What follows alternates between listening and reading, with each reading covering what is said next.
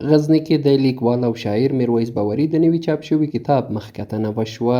د غزني د اطلاعات او کلتور ریاست له لوري د لیکوال او شاعر میرویس باوري د نوي چاپ شوي کتاب ژوند او مزل تر عنوان لاندې کتاب مخکتنه وشوه.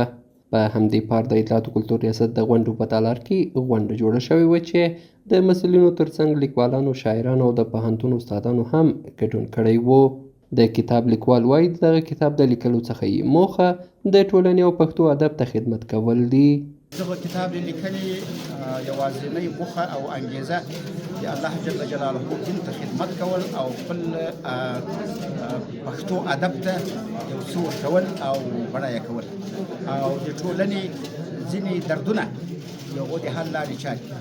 ورته مهال د اطلاعات او کلتور ریاست مسؤلین هم د لیکوالانو هڅې ستایي. وایي چې د دغه غونډې موخه هم د مطالعې دود پیاوړي کول دي.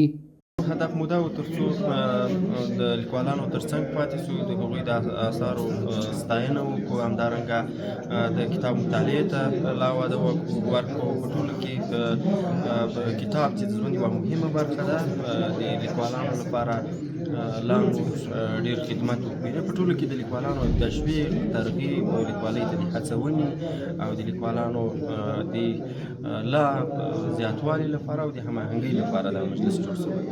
ورته مهال د غونډې ګډونوال هم د ژوند او مزل کتاب او لیکوال هڅې ستایي او زیاتوي چې لیکوالان باید د ټولنې ستونزې او غوښتنې په پام کې ونیسي. مهمه د لیکوالانو لپاره دا ده چې داسې یو څه ولیکي چې هغه زموږ اوسنۍ ټولنې ته او اوسني وضعیت ته یو څه ولري او یو څه ورکړي. تر ټولو مهم همدا ده چې زموږ نننۍ ټولنې ته دغه اثار ډېر څه ولري. د مسؤلینو په وینا په تیر یو کال کې په غزني کې سلګونه کتابونه چاپ شوي. دوی له لیکوالانو همدارنګه غواړي چې په دې برخه کې لا ډېرې هڅې وکړي.